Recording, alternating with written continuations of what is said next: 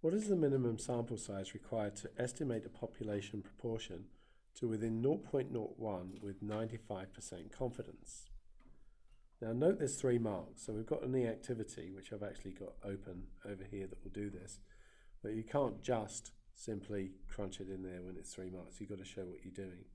So the first thing I'd probably do is copy in the formula. So I've got n equals z squared p 1 minus p over e squared.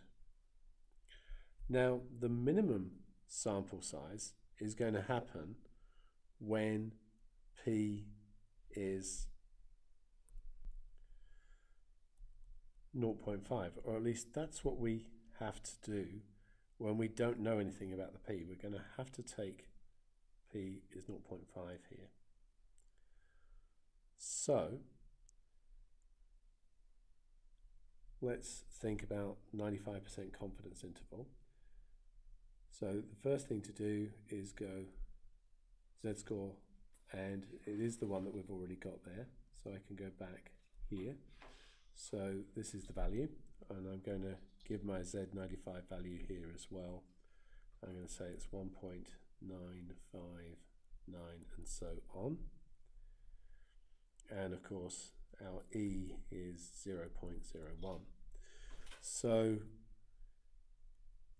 we can substitute those values in, and so if p is 0.5, 1 minus p is also 0.5, and then we've got the 0.01 squared on the bottom, and of course now we can just get it from here. So the n is what we're trying to find.